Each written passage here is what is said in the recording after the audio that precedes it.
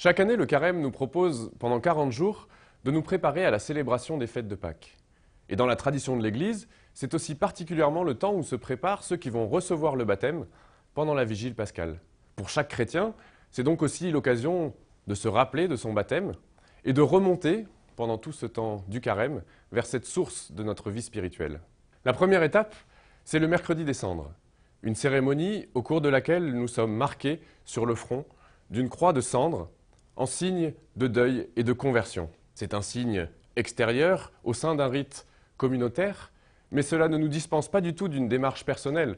Au contraire, le fait de le faire tous ensemble soutient notre conversion individuelle parce que nous nous redisons les uns aux autres notre volonté de rectifier le cap, notre désir de changer de vie, et puis l'importance que nous reconnaissons dans le fait de donner toujours de plus en plus de place à Dieu au cœur de notre vie. À l'opposé de ce signe visible, les textes nous invitent à prier dans le secret, à s'enfermer dans notre chambre pour trouver Dieu dans le silence, loin du regard des autres.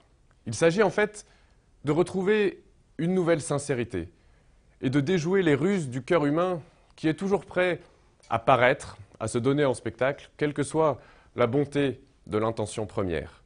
Finalement, on se rend compte que si on souhaite réellement, gratuitement, rechercher du 100% pur Dieu, il faut que l'on soit les seuls à le savoir. Entre un rite extérieur et une attitude intérieure, est-ce qu'il n'y a pas comme une tension qui relèverait presque de la schizophrénie?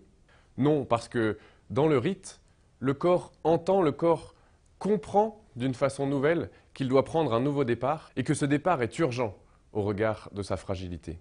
Et puis petit à petit, nous pouvons aussi apprendre à transporter avec nous cette chambre secrète pour retrouver plus facilement cette place où Dieu nous attend.